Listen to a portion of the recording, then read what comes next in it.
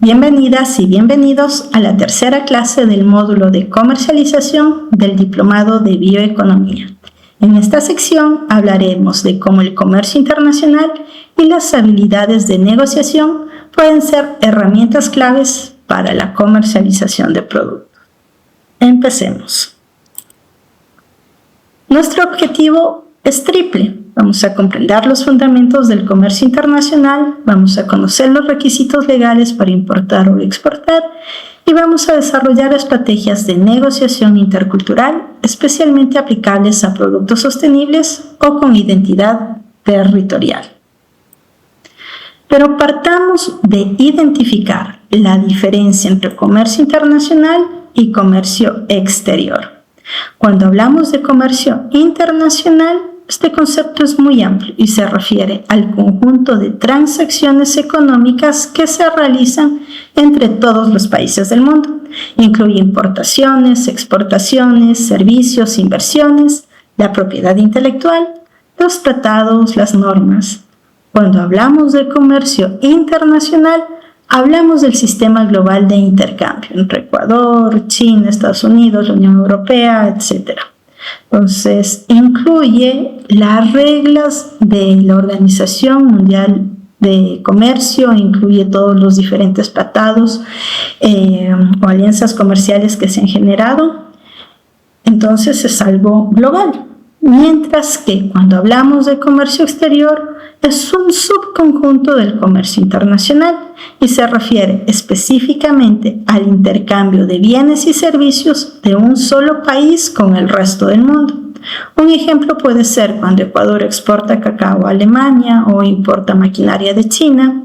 Eso es comercio exterior ecuatoriano. Para simplificar estos conceptos, se puede decir que el comercio exterior es lo que hace un país y el comercio internacional es el sistema en el que todos los países participan. Ahora, vamos a ver, de acuerdo a la legislación y al marco legal, quiénes pueden hacer comercio exterior, importar o exportar dentro de nuestro territorio.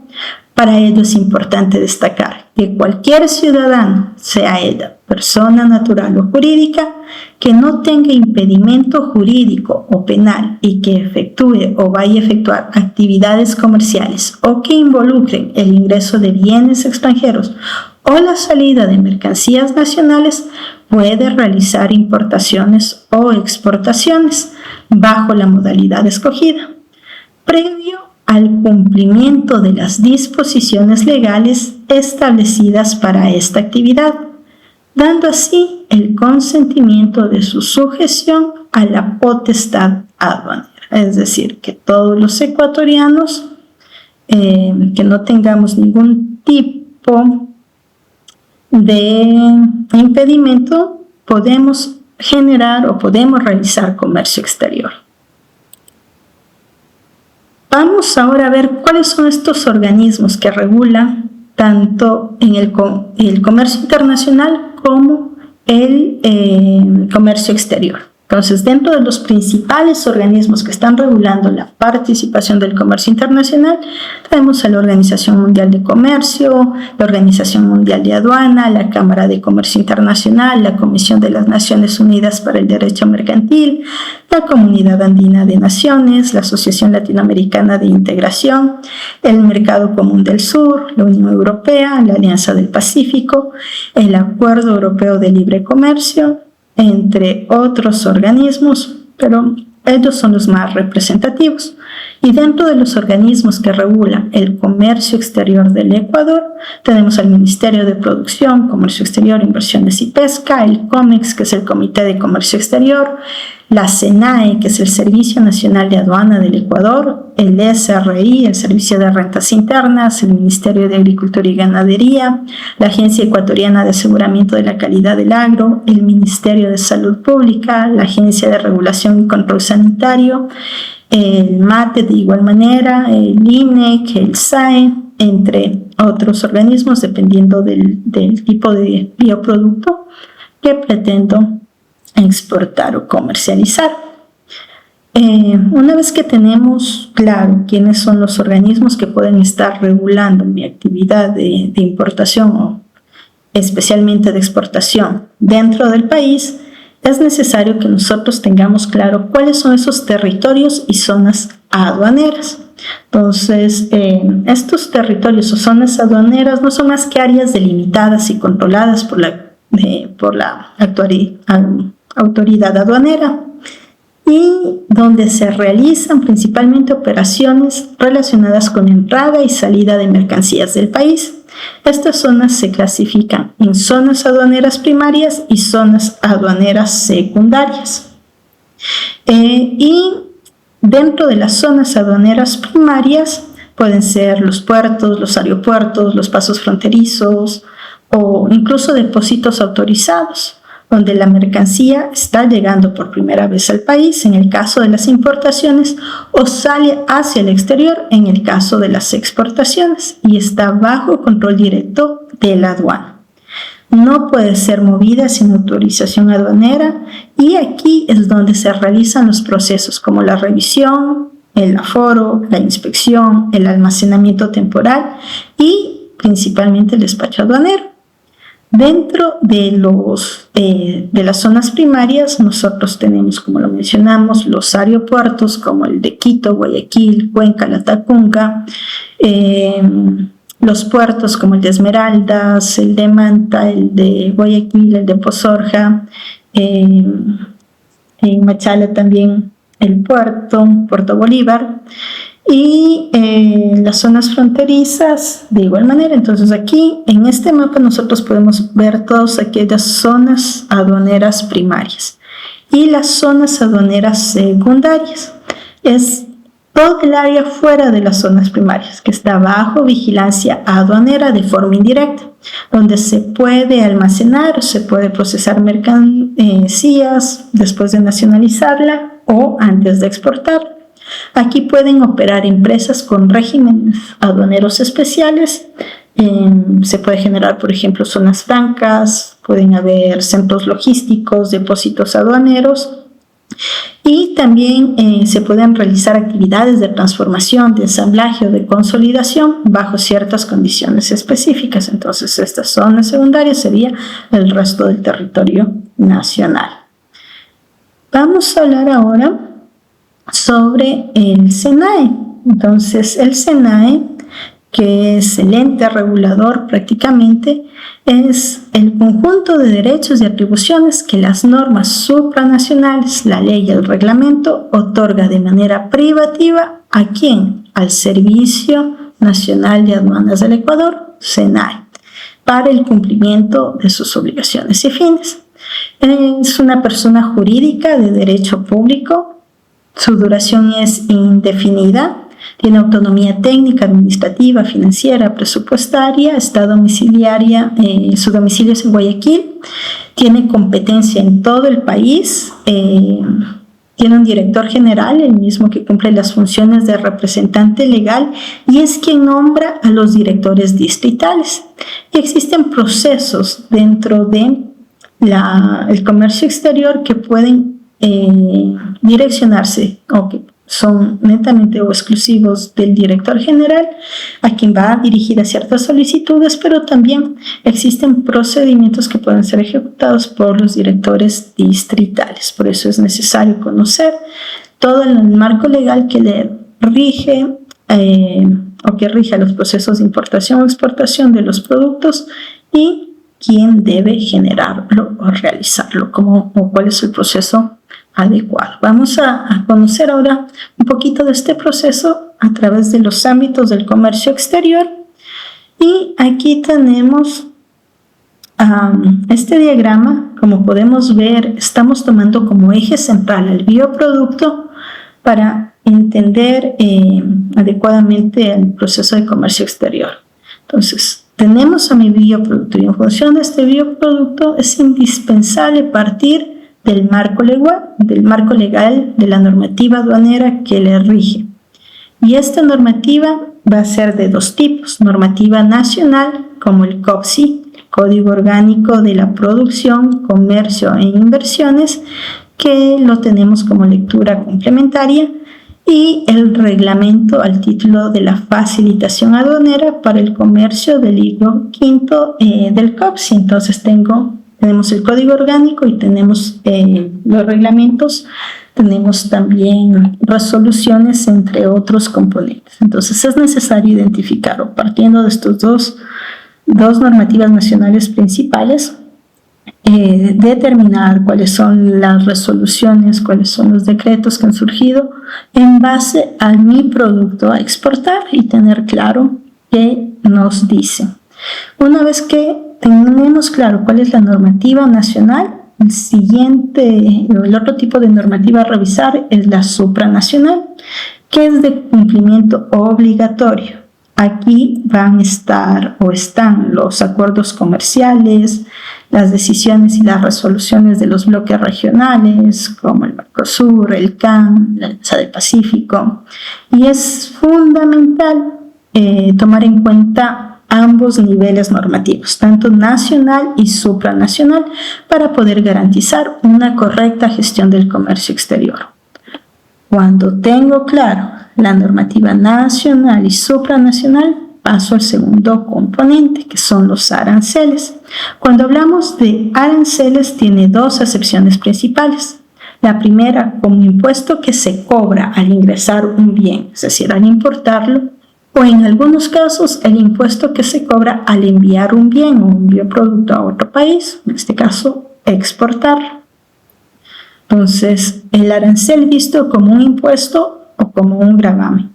Y por otra parte, el arancel como parte de la nomenclatura arancelaria, que no es más que un código numérico que clasifica los productos a nivel internacional.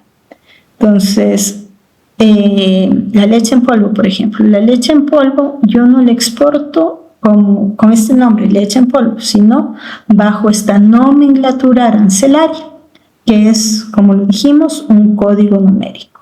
Entonces, es una forma de hablar un lenguaje de forma mundial a través de esta codificación.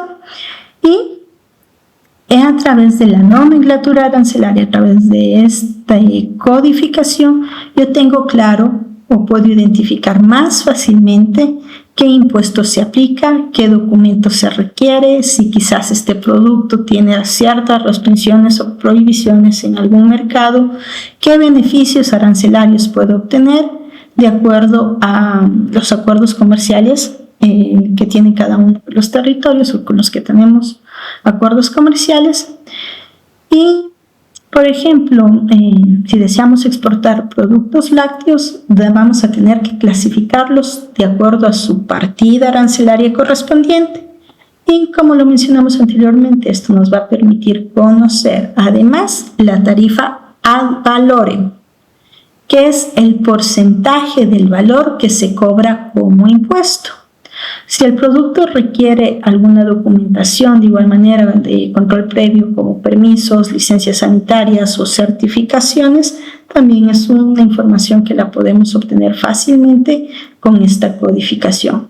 Si existen preferencias arancelarias por los acuerdos comerciales, si hay reducción total o parcial del arancel, de igual manera. Entonces, tengo claro el producto, tengo claro cuál es la normativa que la rige, tengo claro, lo he clasificado de acuerdo a su nomenclatura arancelaria internacional, he verificado toda la información necesaria sobre este producto en tal o cual mercado. Vamos a pasar al siguiente componente, que es la gestión documental. Una vez que hemos identificado la partida arancelaria, se debe realizar toda la gestión documental, que la misma puede ser física, puede ser electrónica.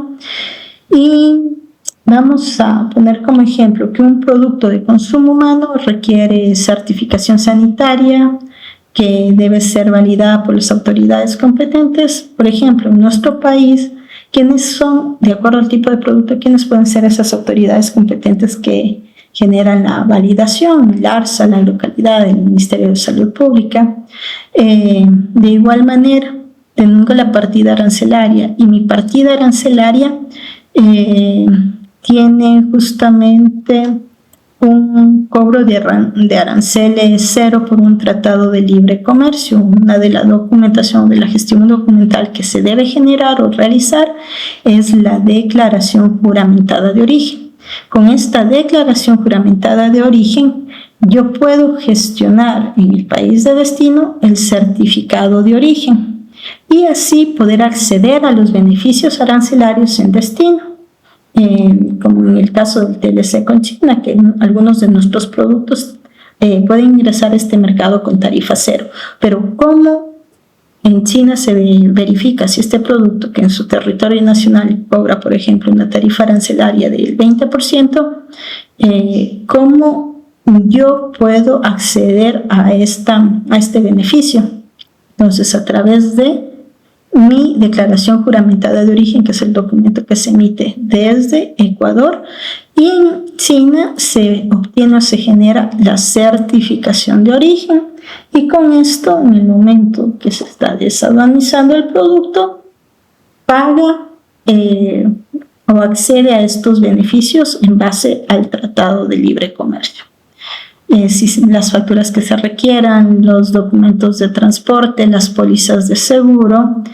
Y en esta etapa también es importante que se definan y se documenten las condiciones bajo las cuales se realizará la operación comercial mediante el uso de los Incoterms, que fijan los términos de entrega, me permite fijar los seguros, el transporte, las responsabilidades. Entonces, esta fase de igual manera es importante, es clave, y de aquí, cuando ya he desarrollado toda la gestión documental, cuando ya tengo claro todas las condiciones bajo las cuales se va a importar o exportar tal o cual producto, yo paso a la fase operativa aduanera.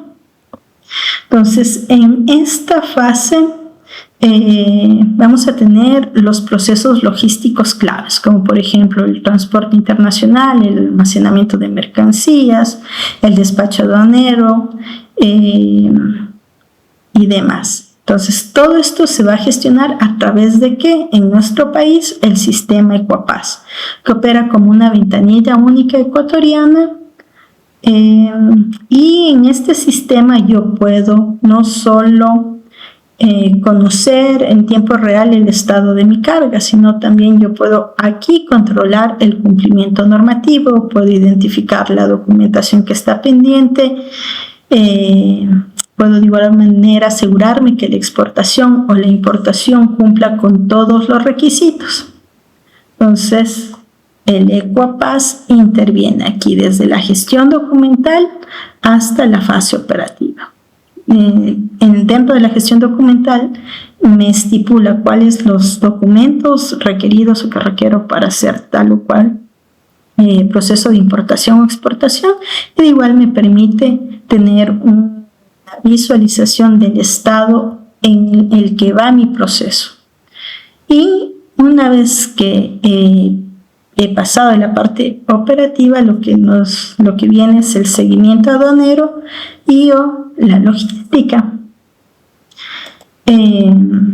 Entonces es necesario, a manera de resumen, para comercializar un bioproducto a través del comercio exterior, se debe integrar todos estos componentes, tanto el marco legal nacional y supranacional, la clasificación arancelaria y sus implicaciones, la gestión documental según normativa, la operatividad aduanera o la logística aduanera mediante Ecuapaz, y el conocer o el dominar estos componentes va a ser clave para poder lograr una gestión eficiente, segura y competitiva dentro de nuestros mercados internacionales.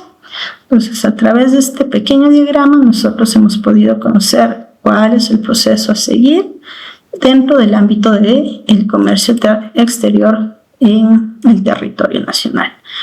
Ahora, a través de esta imagen, nosotros vamos a poder comprender cuál es el flujo logístico en una operación de comercio internacional. Y de igual manera, esta imagen es como una pauta para la clase del día de mañana, ¿okay? El entender esto el día de hoy nos va a permitir fácilmente comprender el día de mañana todo lo relacionado con los Incoterms.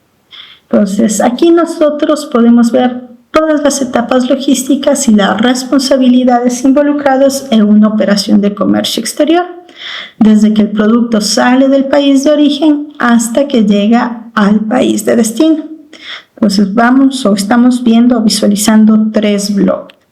El primero, las actividades de origen. El segundo bloque, el transporte internacional. Y el tercer bloque, las actividades en destino.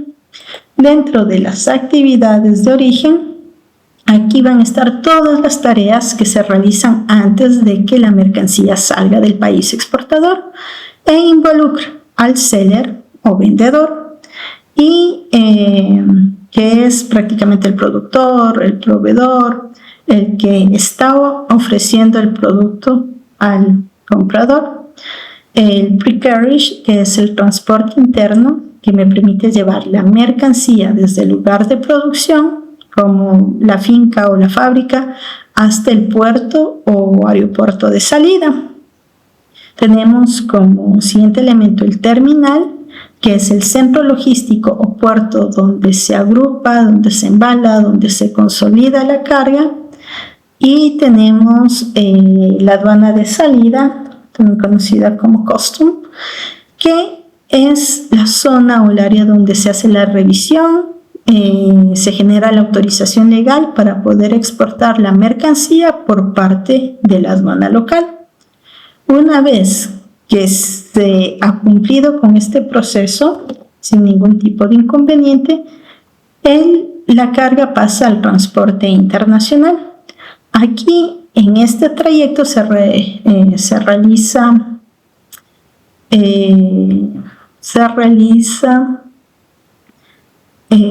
la movilización de los bienes del país de origen hacia el país del destino, y siempre se va a necesitar de un seguro, de un insurance, sobre el mismo que debe cubrir el valor de la mercancía dentro del tránsito internacional. Y este transporte puede ser marítimo, puede ser por avión, puede ser terrestre, a través de vehículo, a través de un tren, o incluso puede ser o tener una combinación multimodal. Aquí usualmente es responsabilidad del exportador o del comprador según lo que se acuerde dentro del contrato y de acuerdo al Incoterm contratado. Una vez que se ha movilizado la mercancía, los bienes, pasamos al tercer bloque, que son las actividades en destino. Aquí se llega al país importador. ¿Llega dónde? Al terminal. Aquí se recepta en el puerto, en el aeropuerto, la mercancía y pasa al custom o a la aduana de entrada. Aquí se inspecciona y se generan las autorizaciones para ingresar la mercancía al país. Es aquí recién donde se paga el arancel en caso de que se aplique. Posterior viene on carriage, el transporte interno de la aduana hacia el cliente final, y el buyer, el comprador, quien recibe y paga la mercancía. Entonces aquí nosotros podemos ver los 3 bloques y todas las actividades que se debe cumplir en cualquier operación de importación y exportación. Que yo tenga claro cuál es el proceso me va a permitir a mí poder gestionar de mejor manera el comercio exterior, la exportación de mis productos.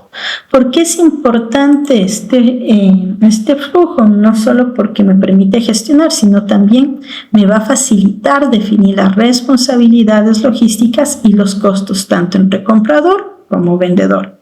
Y es clave para entender dónde aplicar documentos, dónde es necesario aplicar seguros, cuáles van a ser los pagos arancelarios, qué validaciones sanitarias se requieren, y es la base para poder elegir correctamente quién asume los riesgos, quién asume los costos en cada una de las fases. Una vez que tenemos claro los procesos de exportación o importación, Vamos a ver cuáles son esos requisitos básicos para hacer comercio exterior de manera formal. Entonces, es bastante sencillo. Primero, debemos contar con el Registro Único de Contribuyentes, RUC, que expide ¿quién? El Servicio de Rentas Internas. Y aquí, ojo con esto, más que se sugiere, se debe constar la actividad relacionada al giro del negocio. Por ejemplo, yo no puedo tener un RUC que diga servicios profesionales y estar realizando actividades de exportación pitahaya, por ejemplo. Dentro de mi RUC sí debe estar registrado una actividad relacionada con este giro del negocio. Luego debo gestionar y debo obtener mi firma electrónica en formato token, era anteriormente, ahora también sí, para exportación también cuento con el formato archivo y la misma debe estar vigente. Entonces no es la misma firma en el momento en que yo estoy obteniendo mi firma electrónica. Usualmente me preguntan, ¿es para procesos de importación, exportación? Y aquí es una firma, tiene este componente extra, entonces no es la misma que obtengo como persona natural o demás. Entonces hay que gestionar la firma correcta que me permita o que me habilita para poder hacer este tipo de actividades. También debo registrarme como importador o como exportador para obtener esta calificación OCE. Si ya tengo mi registro como importador, es la misma. Me sirve para estas dos actividades. ¿Dónde me registro? Ante la aduana del Ecuador. Aquí les he dejado el sitio web y seleccionamos solicitud de uso y seguimos los pasos que me indica. Es fácil. Y como otro de los requisitos básicos para las importaciones es necesario que nosotros contemos con un agente aduanero. Para las exportaciones no es obligatorio, pero sí es recomendable, especialmente si estamos recién iniciando dentro de los procesos de exportación. Sería un requisito el contratar un agente aduanero de confianza que me facilite o que genere todo el trámite de despacho de mercancías hacia el exterior o la desaduanización en casos de la importación. Estos son los requisitos que yo necesito para generar el comercio exterior. Aquí tenemos un gráfico de la aplicación de las normas aduaneras y de igual manera les hemos dejado los links para que puedan acceder a las plataformas donde podemos descargarnos los diferentes documentos, reglamentos, resoluciones. Tiene un enfoque desde la pirámide de Kelsen y me indica el orden de importancia de cada uno de la normativa legal que rige al proceso de comercio exterior en el país. Como podemos ver, en la parte superior tenemos la Constitución, luego están los acuerdos y tratados internacionales, las leyes orgánicas, las leyes ordinarias, los decretos y reglamentos, las resoluciones del Senado. Entonces, es el orden de importancia de los elementos o de la normativa legal para el territorio. Entonces, este ha sido como un preámbulo al comercio exterior. El día de mañana vamos a continuar con esta temática, pero también es importante hablar un poco sobre la negociación. Y vamos a partir con este ejemplo. Tengo la imagen A y tengo mi imagen B.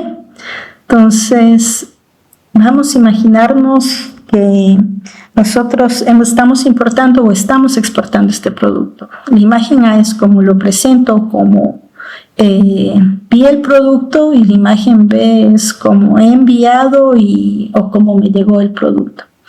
Entonces, aquí, ¿qué pudo haber pasado? Entonces, posiblemente la imagen A es cómo queda el producto terminado y la imagen B es cómo yo generé mis términos de negociación.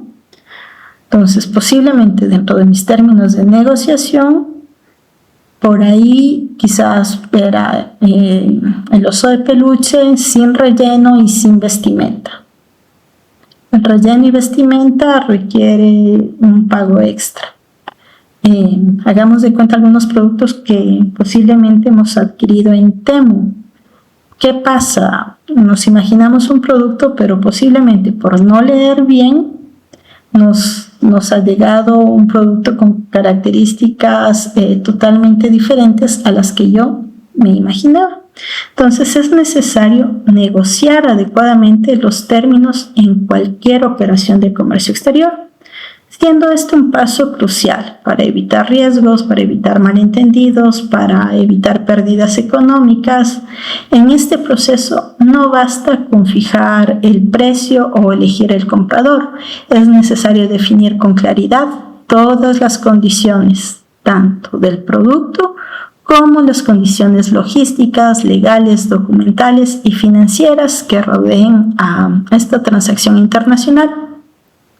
Uno de los errores justamente más comunes entre los pequeños exportadores o importadores es no tener claridad sobre los términos de entrega, no tener claridad sobre los llamados Incoterms, no calcular el precio correcto en función de los términos acordados, y que muchas veces determina, cuando yo defino el Incoterm, yo ya determino quién asume los costos, quién asume los riesgos, quién asume las responsabilidades en cada etapa del proceso, tanto desde que la mercancía sale del lugar de origen hasta que llega a manos del comprador final.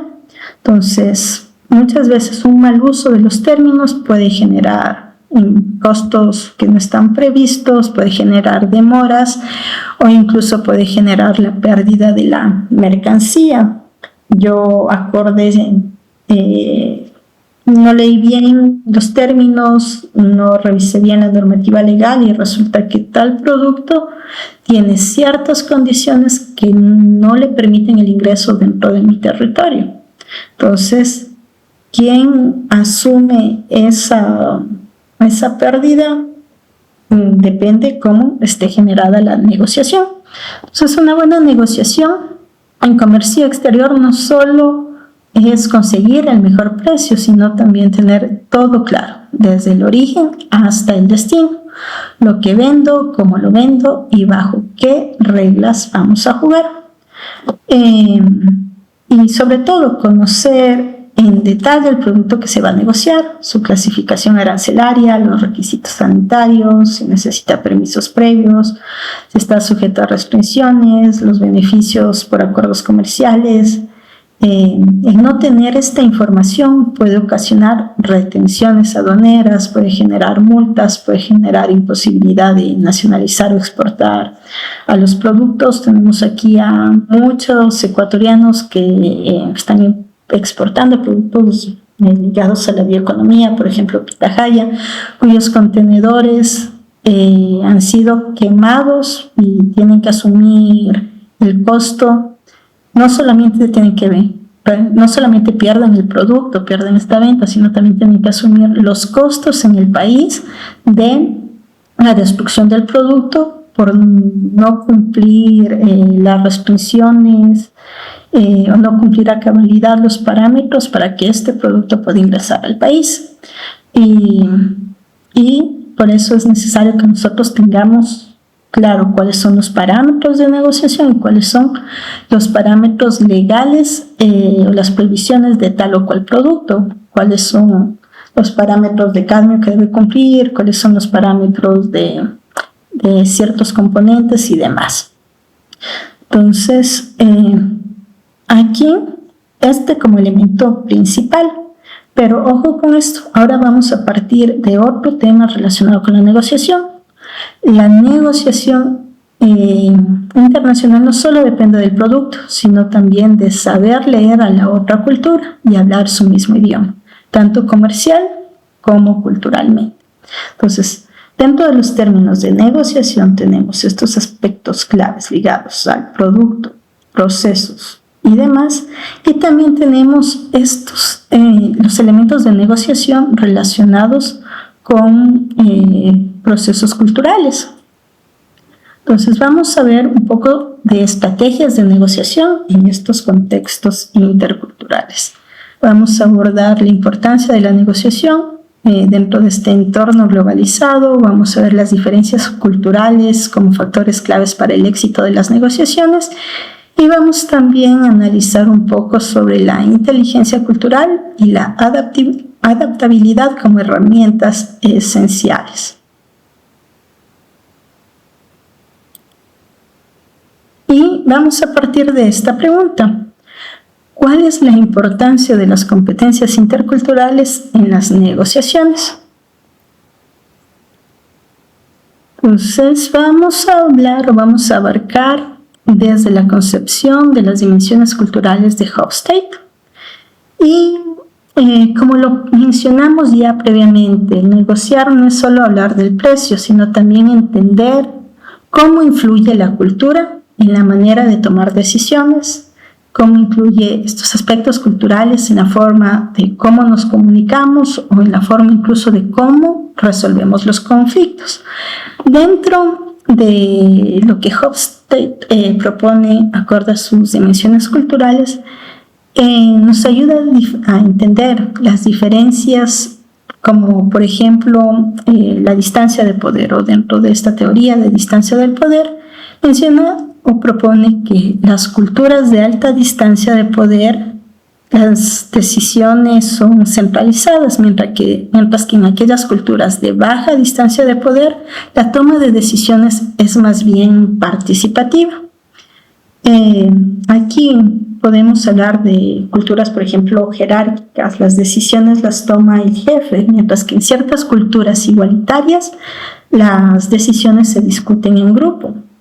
Entonces, sí podemos ver, por ejemplo, estos ejemplos a nivel de una empresa que usualmente tiene una estructura jerárquica donde que las decisiones se centralizan dentro de los socios, accionistas, gerencia principalmente. Y tenemos, por ejemplo, el tema asociativo dentro de nuestro país, donde que muchas veces las decisiones se discuten en grupo y se acuerdan en consenso. Tenemos la teoría del individualismo versus el colectivismo. Aquí nos menciona que las culturas individualistas priorizan los logros personales y la autonomía, mientras que las colectivistas valoran la armonía grupal y la cooperación. Aquí podemos proponer como ejemplo Estados Unidos, que es un mercado que prioriza el beneficio personal. Y dentro del colectivismo podemos proponer como ejemplo el caso de igual manera del asociativismo o cooperativismo en Latinoamérica, que busca el bien común.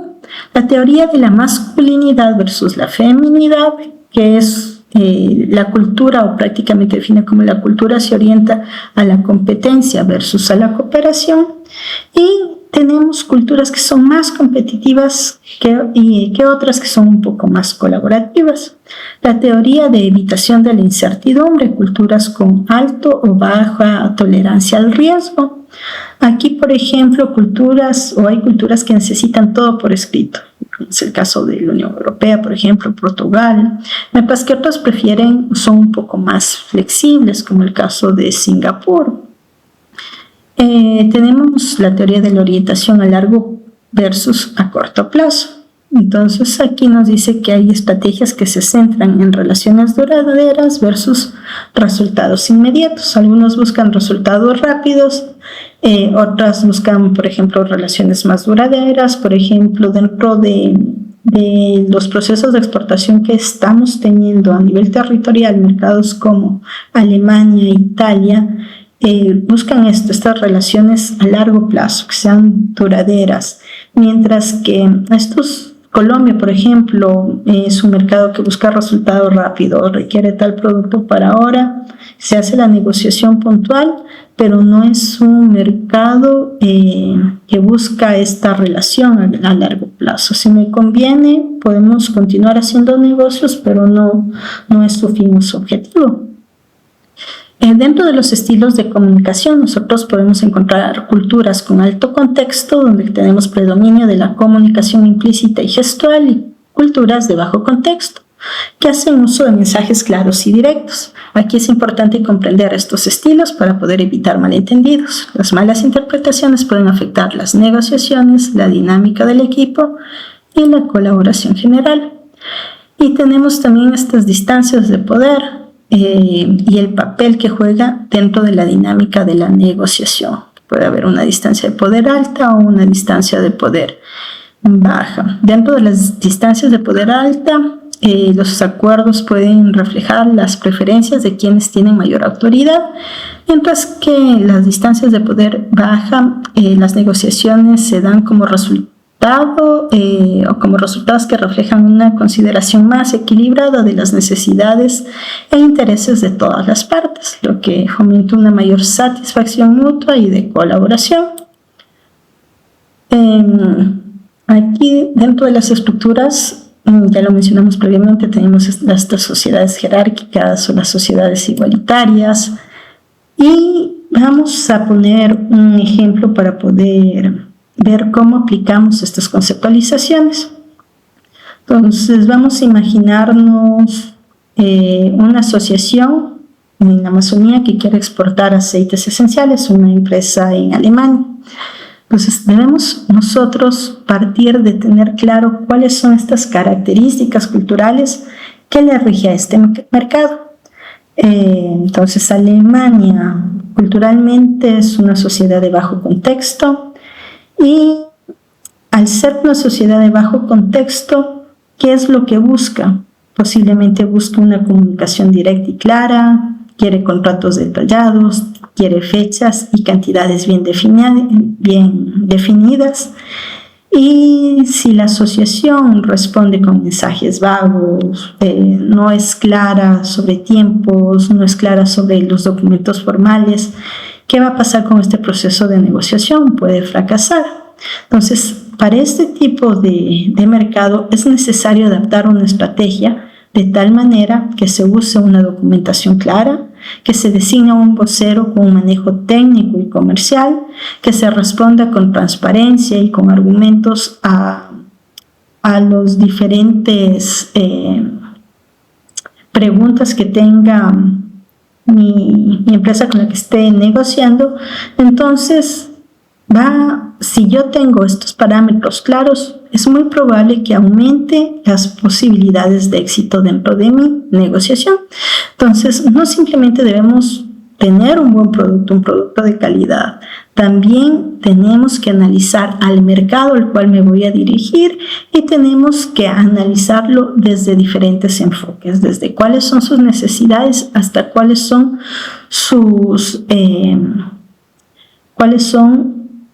los elementos interculturales que me puede dar cierta pauta para poder determinar cuáles son los parámetros claves de la negociación. Entonces, ahora vamos a hablar un poquito de en todo proceso de negociación van a surgir conflictos. Algunos tips básicos para la resolución de conflictos en negociaciones interculturales son, por ejemplo, el tener una comprensión profunda de las diferentes culturas, tener un enfoque estratégico para poder gestionar de forma constructiva los acuerdos, el poder reconocer cuáles son los antecedentes culturales que influyen en cómo las personas perciben, cómo reaccionan o cómo resuelven estos conflictos, y poder adoptar un enfoque que sea culturalmente sensible para poder dar solución a los diferentes problemas que surjan. Para la gestión de conflictos es importante que nosotros reconozcamos los desacuerdos, reconozcamos las tensiones potenciales antes de que escalen. El que mantengamos una comunicación asertiva que me permita expresar las necesidades, los puntos de vista con respeto, evitando señalamientos personales, buscar soluciones colaborativas que muchas veces va a implicar a ambas partes en la generación de alternativas que nos permitan impulsar siempre compromisos mutuos, y utilizar técnicas de conciliación o mediación. Muchas veces se pierden acuerdos por no ceder un poco, entonces es necesario llegar a una mediación. Y cuando hablamos nosotros de inteligencia cultural y cuál es este rol dentro de las negociaciones, no es más que esta capacidad de adaptarnos y de operar eficazmente en diferentes entornos culturales.